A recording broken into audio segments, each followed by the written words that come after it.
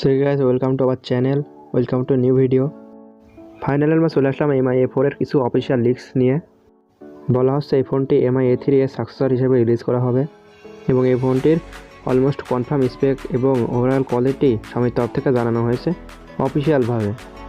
Xiaomi তথ্যমতে এই বাজেটে এটি একটি ভালো একটা ডিভাইস হিসেবে রিলিজ করা হবে এবং এতে অনেক ভালো ভালো স্পেসিফিকেশন দেওয়া থাকবে। এবং এই স্পেকগুলো জানতে পুরো ভিডিওটা অবশ্যই কন্টিনিউ করতে হবে এবং যারা আমার চ্যানেলটা এখনো সাবস্ক্রাইব করেনি অবশ্যই সাবস্ক্রাইব করে পাশে থাকা বেল আইকনটি প্রেস করে দেবেন।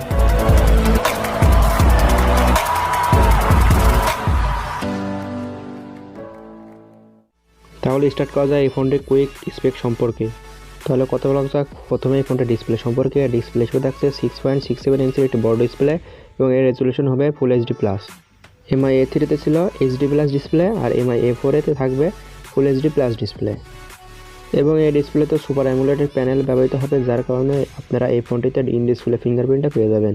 এটা যথেষ্ট ফাস্ট হবে এবং অ্যাকুরেট হবে। Xiaomi MI A3 তেও ইন ডিসপ্লে ফিঙ্গারপ্রিন্ট ছিল এবং এই ফোনটিতেও ইন ডিসপ্লে ফিঙ্গারপ্রিন্ট থাকবে। তবে এই ফোনটির ডিসপ্লেতে রিফ্রেশ রেট কত থাকবে সেটা এখনো কনফার্ম নয়, তবে 90 Hz রিফ্রেশ রেট থাকতে পারে। এই ফোনটির ডিসপ্লের লেফট কর্নারে একটি পাঞ্চল ক্যামেরা থাকবে, যেটা সেলফি ক্যামেরা হিসেবে ব্যবহৃত হবে। তাহলে এবার কথা বলা যায় এই ফোনটির পারফরম্যান্স সম্পর্কে। এই ফোনটিতে স্ন্যাপড্রাগন লেটেস্ট 720G গেমিং প্রসেসরটি ব্যবহৃত হবে। এর একটি ভালো মানের পাওয়ারফুল প্রসেসরটি Redmi 6 Pro ফোনটিতেও ব্যবহৃত হয়েছে এবং এই ফোনটিতে খুব সহজে গেমিং করতে পারবেন। পাবজি, ফ্রি ফায়ারের মতো গেমগুলো খুবই ভালো মতো খেলতে পারবেন।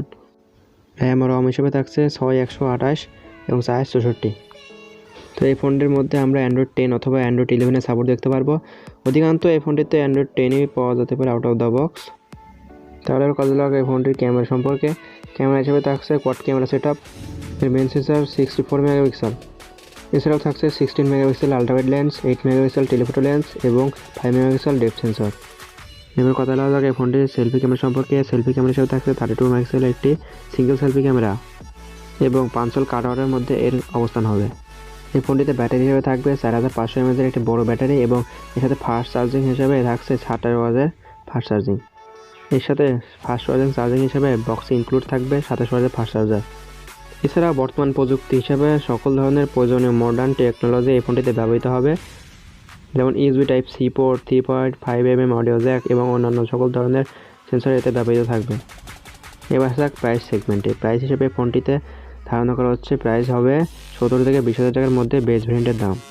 এই প্রাইসের ভিতর এই ফোনটি যা অফার করছে তা অবিশ্বাসীয় এবং খুবই ভালো একটা স্পেসিফিকেশন প্রোভাইড করছে। তো যাই হোক, ফোনটি রিলিজ হওয়ার পর রিয়েল লাইফ টেস্ট করলে বোঝা যাবে এই ফোনটি কেমন। সো আজ আর নয়, দেখা হবে নতুন কোনো ভিডিওতে। ততদিন ভালো থাকবেন, সুস্থ থাকবেন, stay home, stay safe, good bye.